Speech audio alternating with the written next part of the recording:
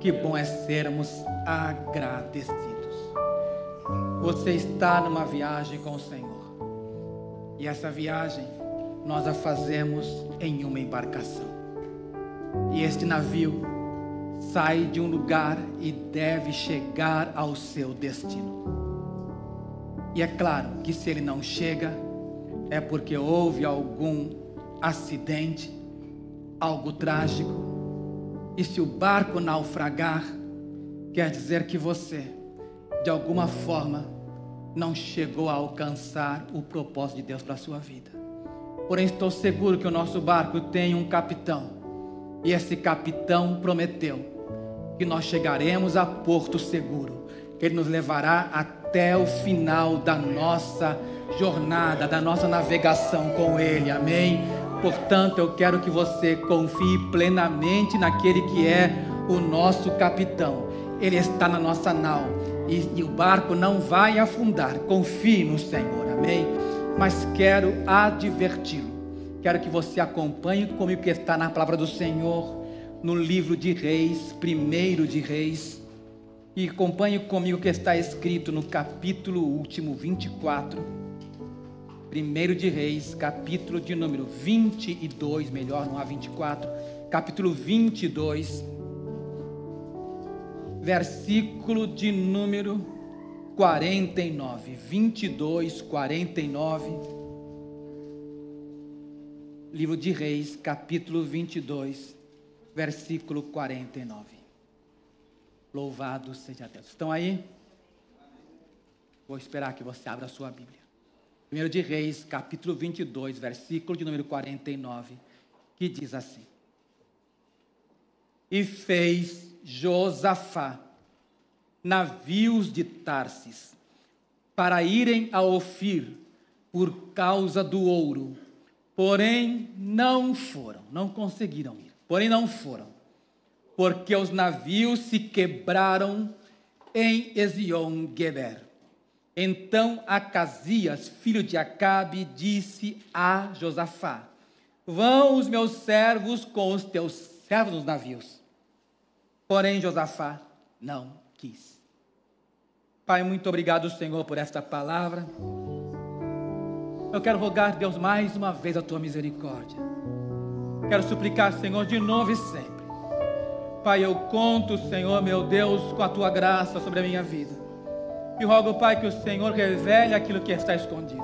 Que o Senhor traga, meu Deus, nossos projetos, Pai, à luz da Tua palavra. Rogamos a Tua bênção sobre o Teu povo, Pai.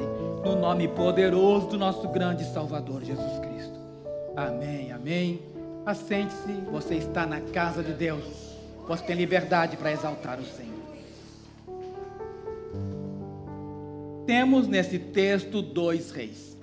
Primeiro rei, rei Josafá. Quem foi Josafá?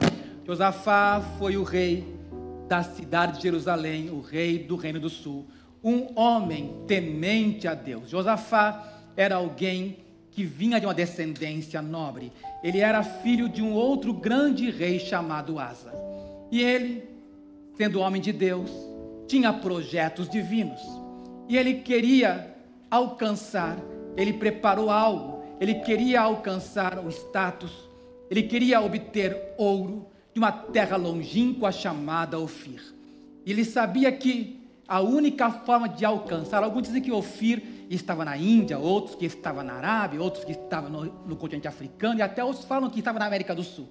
Não sei dizer onde era Ofir, mas eu sei que Josafá planejou construir embarcações mercantis, comerciais, para que ele pudesse alcançar o seu intento.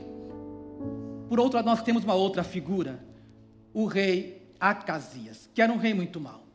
Acasias vinha de uma linhagem de reis como Acabe. Acabe era seu pai, Jezabel sua mãe. Com isso já basta para dizermos que este homem era alguém que odiava a Deus. E de repente você vai ver que Josafá traça um projeto e inclui Acasias nestas embarcações. E ele tem o propósito de levantar essas embarcações e tirá-las do cais, levá-las até Ofir. Por isso, você vai perceber o seguinte, que ali mesmo, no cais, nesse texto, quando nos fala aqui no local chamado Ezion-Geber, nesse local, ali mesmo, sem que as embarcações saiam do lugar, elas simplesmente se destroçam. Talvez um vento veemente, talvez um mau projeto, aqueles barcos afundam no cais, sem alcançar o seu intento.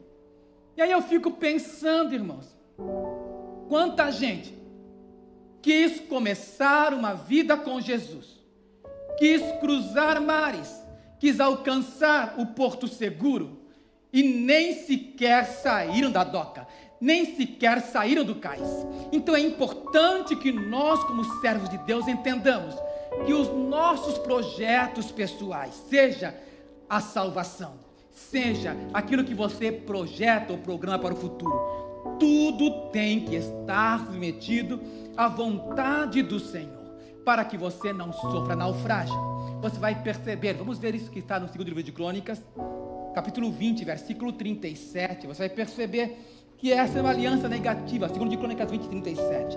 Era uma aliança que Deus levanta um profeta chamado Eliezer para esclarecer o que iria acontecer com aqueles barcos. Diz assim: porém Eliezer, filho de Dodavá, de Maressa, profetizou contra Josafá, dizendo: visto que te aliaste, te associaste com Acasias, o Senhor despedaçou as tuas obras, e os navios se quebraram e não puderam ir a Tarsis. Você percebe?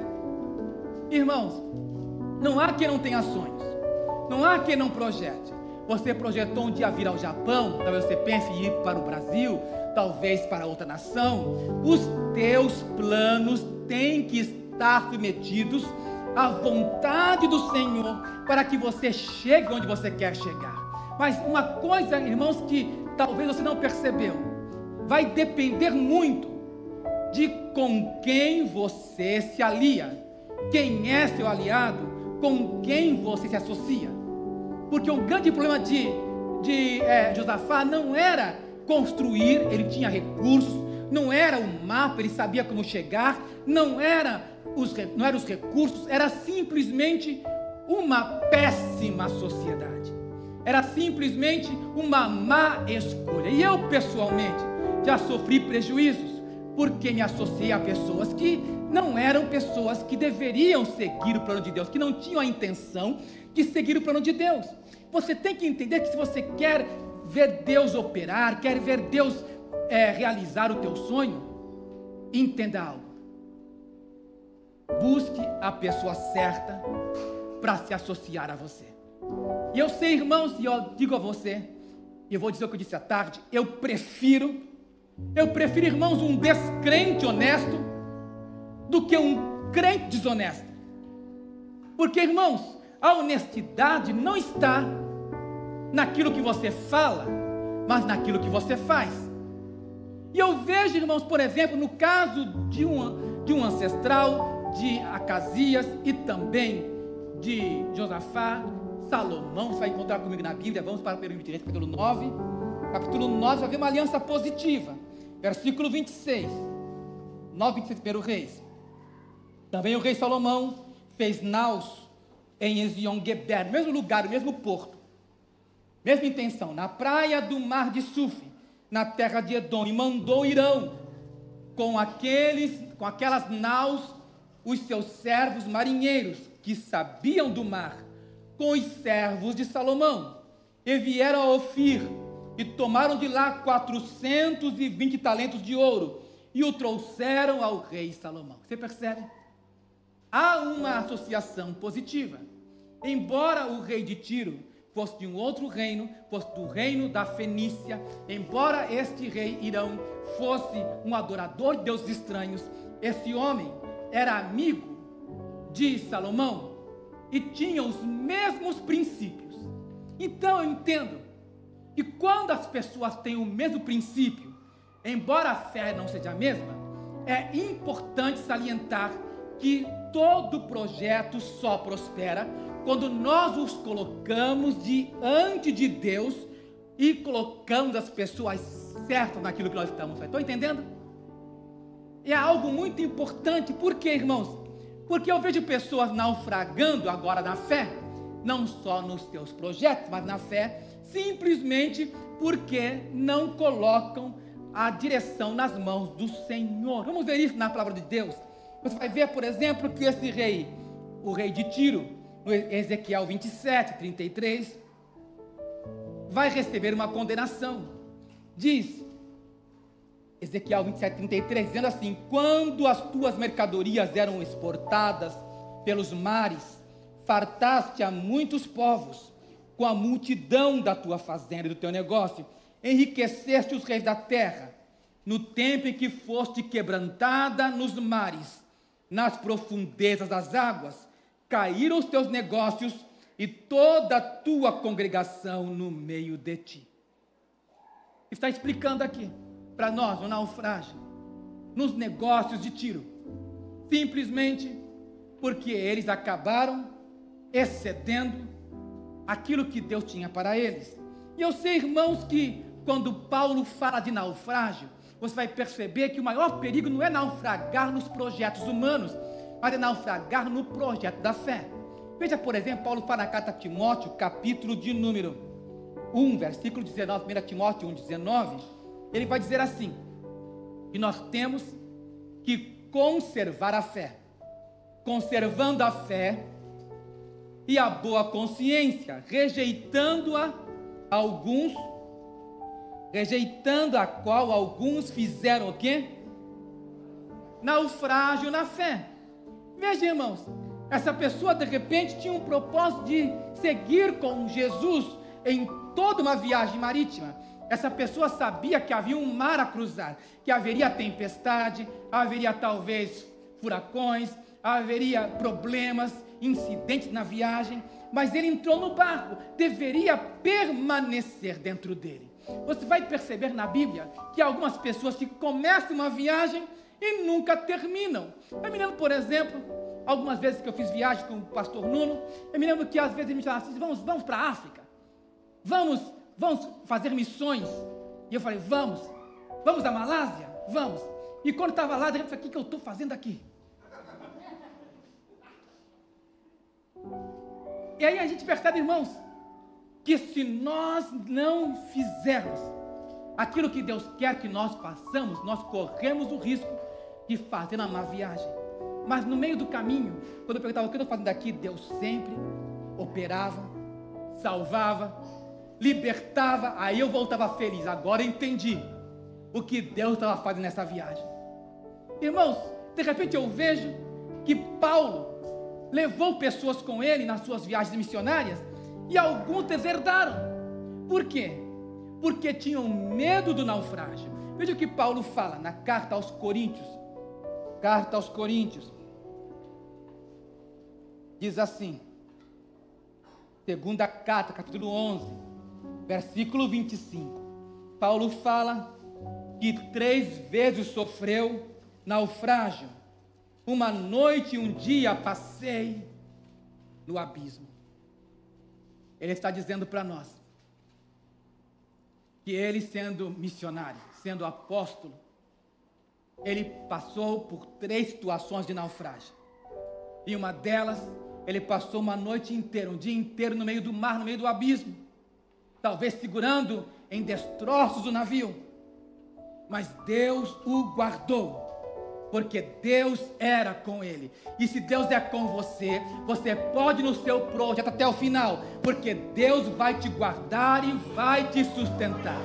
Não temo amanhã, não temos teus projetos. Saiba que se você colocar nas mãos do Senhor, vai funcionar. Mas vamos ver com o apóstolo Paulo o que é que ele está dizendo para nós, irmãos, porque você vai perceber que um dos naufrágios está bem explicado em Atos 27, você vai perceber que Lucas está com ele, Aristarco também.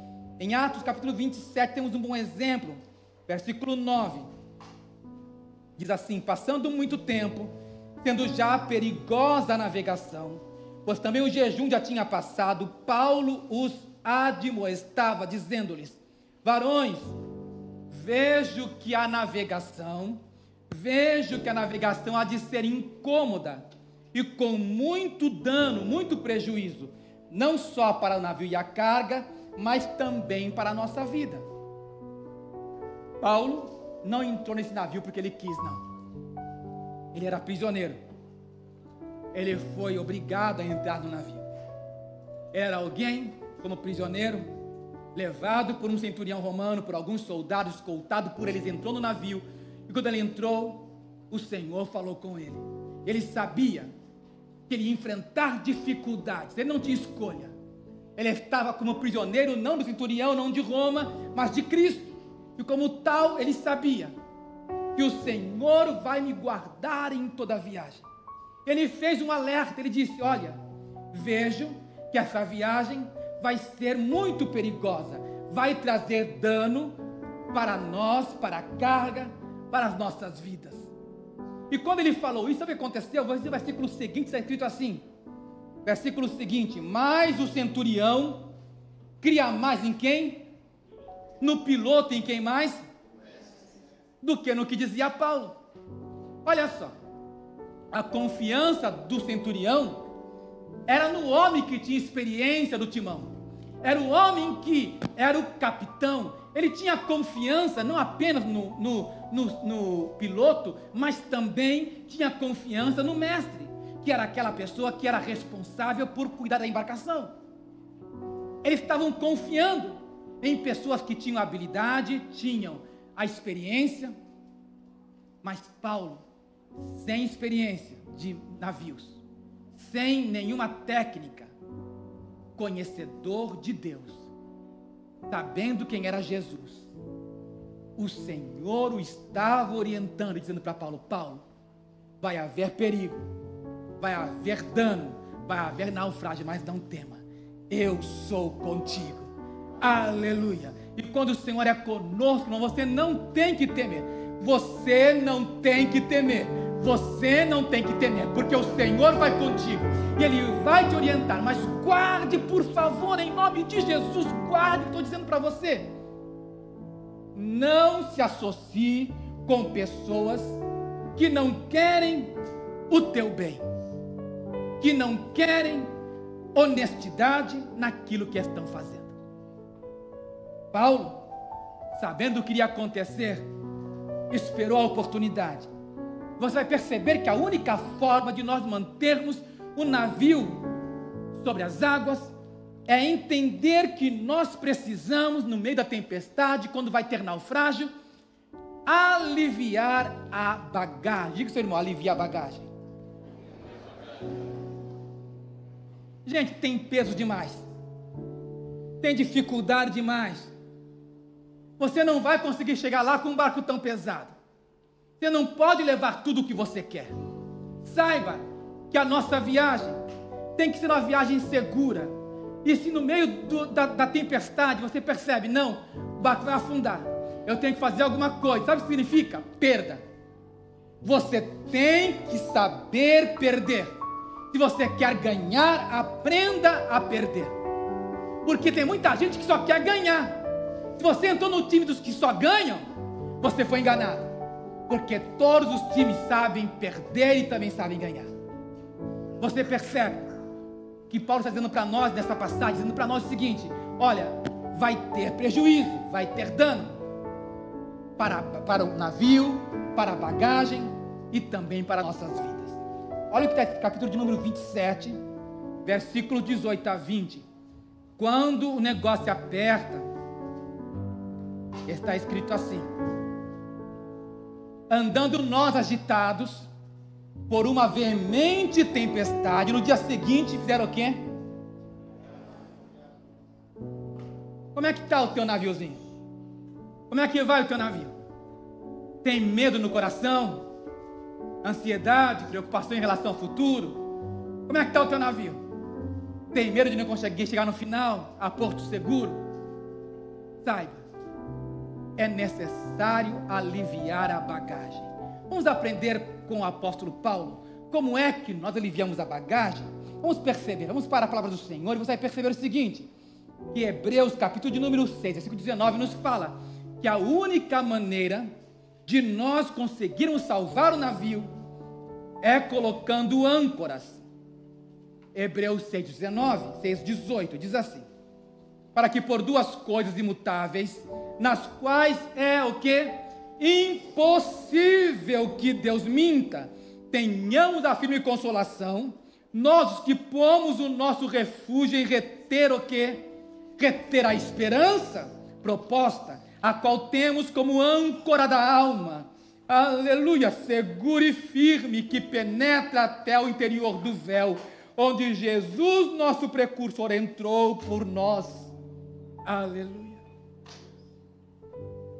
Lance as âncoras, estabilize o barco, não tente navegar com tempestade.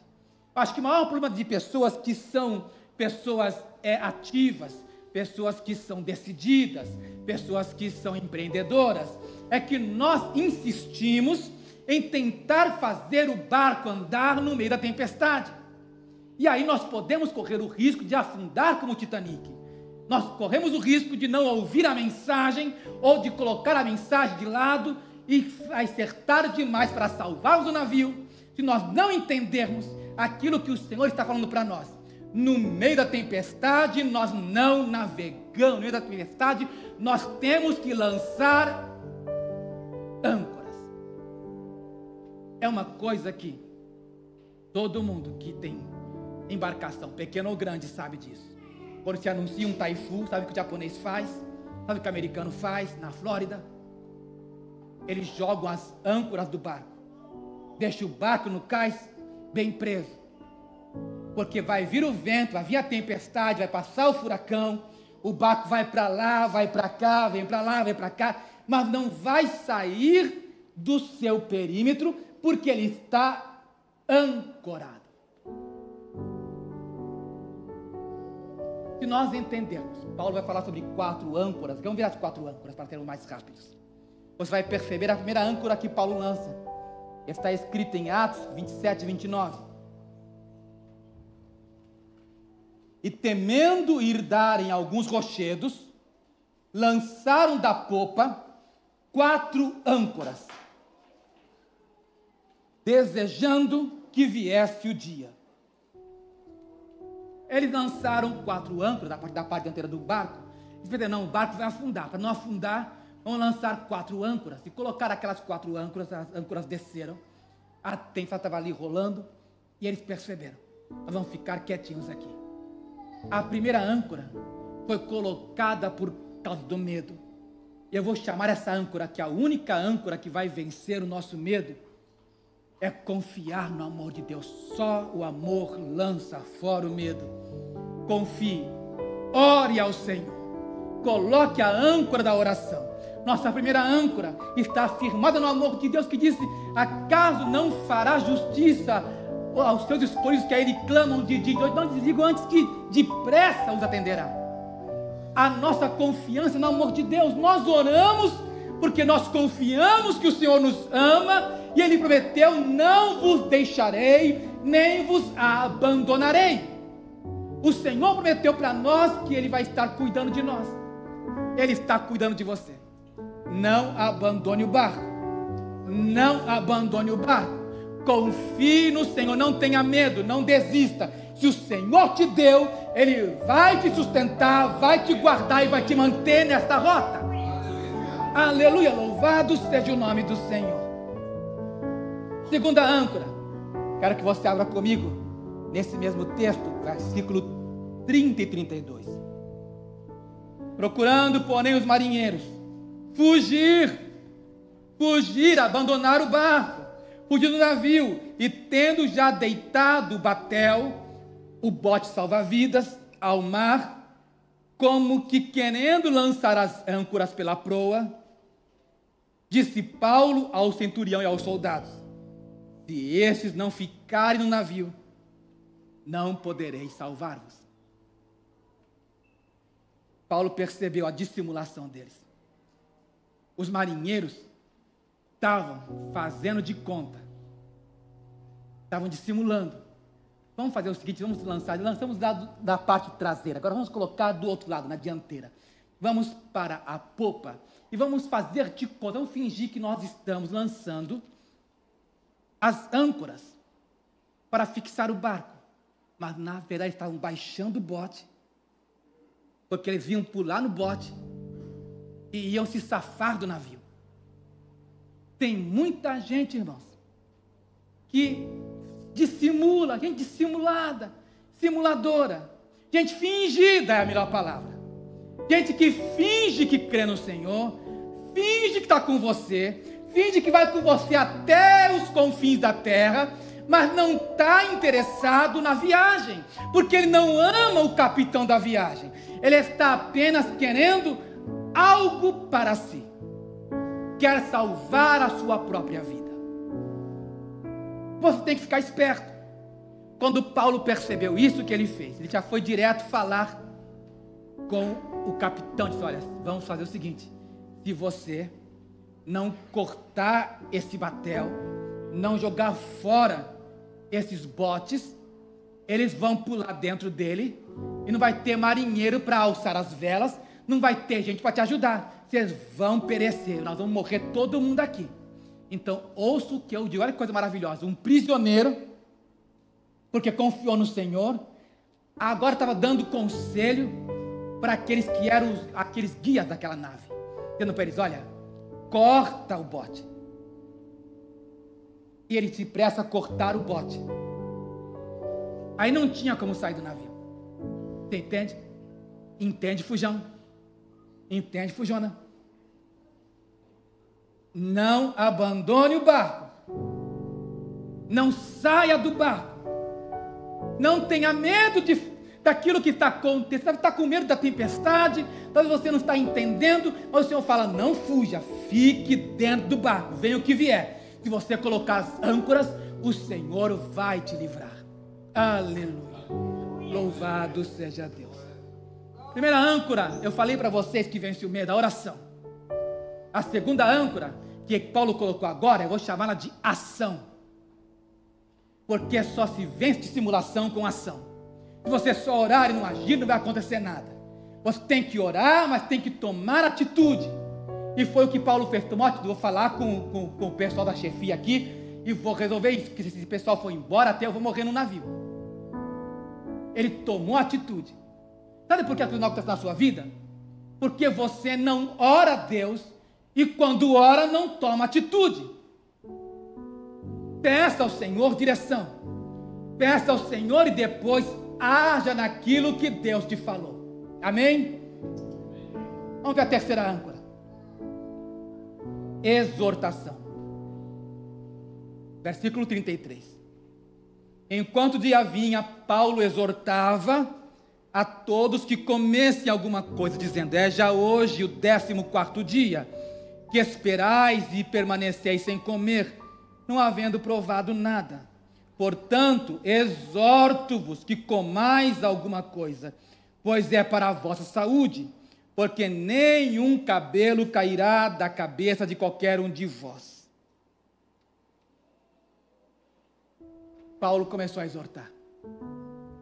Paulo começou a dizer: não basta orar para lançar fora o medo, não basta agir. Há uma terceira âncora. Depois que você agiu, fale, exorte que estão no barco. Talvez suas finanças sejam o barco que está quase à deriva. Converse com quem está gastando demais. Você tem que conversar, tem que exortar, tem que dizer: a partir de agora a gente vai fazer uma coisa diferente. Dá o cartão de crédito aqui, quebra esse maldito cartão, desfaz dele, mas quando é que fazer a compra do mês que vem? Deus proverá. Não faça nada sem consultar o Senhor, nem rasgar o cartão se Deus não mandou você falar. Não faça isso, Deus não mandou. Mas se Deus mandou, não é porque o pastor falou, não. Se Deus mandar, amém? Estão entendendo? Não estão entendendo direitinho? Se Deus mandar, mesmo de um irmão que chegou para mim todo desesperado: pastor, o que eu faço com essas minhas dívidas aqui? Trouxe um montão de conta para mim, jogou na minha mesa. Eu olhei para ele e disse: o dia que o Senhor for o teu chefe, você pode colocar isso na mesa do Senhor, na minha não. toma vergonha e vai trabalhar. Eu falei para ele o seguinte: quer resolver esse problema? Me passa o seu cartão. Ele passou o cartão, estava com a esposa junto. Vamos resolver esse problema agora. Peguei uma tesoura e cortei no meio. E pastor, e agora? Se vira. Passou um ano. Ele veio agradecer: pastor, foi a melhor coisa que eu poderia ter feito. Minhas finanças estão controladas. Deus me ajudou. Não faltou nada. Porque ele confiou no Senhor. Está entendendo? Todo projeto no qual você coloca âncoras, o barco pode balançar. Não quer dizer que não vai ter problema. Você vai ter que arrancar algumas coisas. No caso, a bagagem do cartão. Você vai ter que lançar algumas coisas fora. Mas vai balançar, mas o barco não vai afundar, não. Em nome de Jesus. Amém? Quantos confiam no Senhor? Dê glória a Deus? Amém. Glória. Estão gostando, né? Então vamos para a última âncora. A última âncora é aquela que nos impede de desistir. É a âncora da comunhão. Versículo 35. Depois que Paulo exortou, depois que Paulo falou com eles, disse assim: havendo dito isto, tomando o pão, deu graças a Deus na presença de todos, e partindo, começou a comer. E tendo já todos bom ânimo, puseram-se também a comer. E éramos ao todo no navio 276 almas. Você percebe? Você não está sozinho no barco. Tem pessoas com você. Eu tenho uma grande responsabilidade. Nosso barco tem mais do que 200 pessoas. Se eu tomar uma atitude errada, se eu dissimular, se me associar a pessoas erradas, posso afundar o barco. É necessário que nós confiemos no Senhor e entendamos que a última âncora é a âncora da comunhão. Quando nós confiamos no Senhor, nós entendemos que nós só sobrevivemos quando nós partimos o pão em comunhão. Paulo percebeu. Paulo disse para eles: vamos comer, vocês estão cansados. Coma alguma coisa para a sua saúde. Ele deu graças, partiu o pão, começou a comer. E todos começaram a ter ânimo. Quando nós assumimos a comunhão como algo de valor, você vai perceber que nesse barco chamado Missão Apoio de Toyota, você não está sozinho na sua dificuldade. Conte com a comunhão dos seus irmãos. Talvez nosso maior problema seja o nosso maldito orgulho. A gente se orgulha tanto, a gente tem vergonha de pedir: irmão, ora comigo, irmão, me ajuda, vamos juntos pagar o preço de oração, vamos pagar o preço da comunhão, me ajuda, me orienta o que a palavra diz. Vamos juntos, irmãos, caminhar, porque o nosso projeto não vai afundar no meio da jornada. Estamos indo em direção aos céus, estaremos para sempre com Jesus, o capitão da nossa salvação. Confiemos no Senhor. Quantos confiam no Senhor? Fique de pé comigo, adore a Deus. Aleluia, louvado seja o Senhor. Obrigado, Deus. Deus Pai, nós queremos te agradecer. Nós queremos dizer ao Senhor: Deus, muito obrigado. Obrigado, Deus Pai, porque o Senhor está cuidando de nós. Senhor, eu sei, Deus, que cada um de nós tem sonhos, tem projetos, Pai, e o Senhor haverá de nos ajudar. Mas, Pai, não nos deixe sozinhos, Senhor. Confiamos na Tua bondade e clamamos a Ti, Deus Pai. Nos abençoa, Senhor, nos orienta. Nos ajude, Deus, a chegarmos ao nosso porto final. Rogamos em nome de Jesus, Senhor. Leva-nos, Pai, a bons portos. Leva-nos a porto seguro. Leva-nos, Pai, em direção ao Teu propósito, ao Teu ideal, Senhor. Nós te agradecemos, Pai, pela comunhão dos irmãos. Nós te louvamos, Deus, porque nós não estamos sozinhos na enfermidade, nas finanças, nos problemas, nas dificuldades, Pai. O Senhor está conosco. Obrigado, Deus. Obrigado por nos ajudar. Nós vamos vencer, Senhor. E quando vencermos, daremos toda a glória e honra ao Teu nome. Em nome de Jesus. Amém, amém. Um aplauso ao Senhor. Glória.